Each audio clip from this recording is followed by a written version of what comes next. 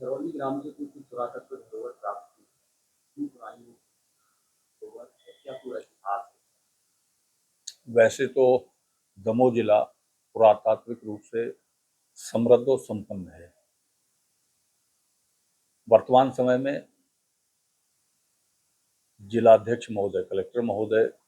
सम्मानीय श्री सुधीर कोचर जी, जो पुरातत्व जैसे विषय को लेकर संवेदनशील प्रशासक के रूप में अपने कार्य को कर रहे हैं, मुझे लगता है कि जिले भर में बिखरी पड़ी पुरा संपदा को देखने का, जानने का और उसे संरक्षण और संवर्धन तक पहुंचाने का जो भागीरथी प्रयास माननीय कलेक्टर महोदय द्वारा किया जा रहा है, दमोह कलेक्टर द्वारा, वह वंदनीय है, नमन योग्य है। उसी श्रृंखला में चूंकि प्रत्येक दिवस कलेक्टर साहब का सुबह के समय भ्रमण हो जाता है किसी न किसी ग्रामीण क्षेत्र का, तो शासन प्रशासन की योजनाओं का पालन परिपालन किस तरह से हो रहा है, इसको जानने के अलावा भी वहाँ स्थानीय जन से वह इस तरह के संवाद करते हैं जिससे वहाँ स्थानीय बस्ती में जो पुरातात्विक विषय वस्तु है उसके बारे में जानते हैं, जान के उस जगह तक पहुंचने का प्रयास करते हैं और उस प्रयास में जो विषय निकल के आता है उसको संरक्षण योग्य बनाने की दृष्टिकोण से अपने विभागीय प्रयासों के माध्यम से संग्रहालय को समृद्ध करने का, इतिहास और संस्कृति को बचाने का एक भागीरथी कार्य उनके द्वारा लगातार और निरंतर किया जा रहा है। इसी क्रम में जब बनवार झरोली की तरफ माननीय कलेक्टर महोदय का जाना हुआ था, तो वहाँ उन्होंने देखा कि एक स्थान है, जो स्थान का नाम है हनमना, हनुमान, उस स्थान का नाम है हनुमान। स्थानीय लोग उसे उस स्थान को हनुमान स्थान से के नाम से अभिहित करते हैं, जानते हैं। उस स्थान पर यह पुरावशेष जो संकलन में आया है, यह प्रतिमा वहां मौजूद थी, जो 6 भागों में है,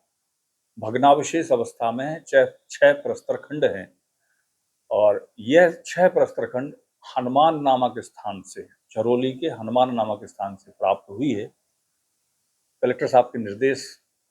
पर तहसीलदार जवेरा ने संज्ञान लेते हुए पटवारी झरोली, पटवारी मौसीपुरा और पटवारी गटेरा और राजस्व निरीक्षक के माध्यम से, सरपंच झरोली देवी सिंह जी के माध्यम से इस संग्रहालय तक उस प्रस्तर खंडों को, उस प्रतिमा को पहुंचाने का प्रयास किया, जो 30 तारीख को हमारे संग्रहालय में यहाँ वह प्रस्तर खंड पहुंचाए गए। मूलतः यह प्रस्तर खंड प्राथमिक दृष्टिकोण से देखने पर यह प्रतीत होता है कि यह गुप्तोत्तर काल के उपरांत जो भगवान हनुमान जी के स्वरूप प्राप्त हुए हैं, जो अंकन प्राप्त हुए हैं, वो इसी तरह की बनावट के प्राप्त हुए हैं। प्रथम दृष्टया यह प्रतिमा हनुमान की ही प्रतीत होती है। उसमें उनको कमर में कटार लिए हुए और एक पैर को ऊपर की तरफ उठाए हुए दिखाया गया है, ऐसा उनका स्वरूप है। मूलतः ऐसी प्रतिमाओं का बनावट, ऐसी प्रतिमाओं का मिलना लगभग 9वीं शताब्दी में का माना जाता है। इसी तरह की हूबहू एक प्रतिमा डॉक्टर हरि सिंह गौर विश्वविद्यालय के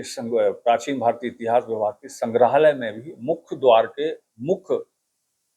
हिस्से पर बिल्कुल हूबहू ऐसी ही प्रतिमा का वहां भी प्रदर्शन किया गया है। तो ऐसी प्रतिमा को देख के ये प्रथम दृष्टया यही लगता है कि यह हनुमान प्रतिमा है और लगभग 9वीं शताब्दी की प्रतीत होती है,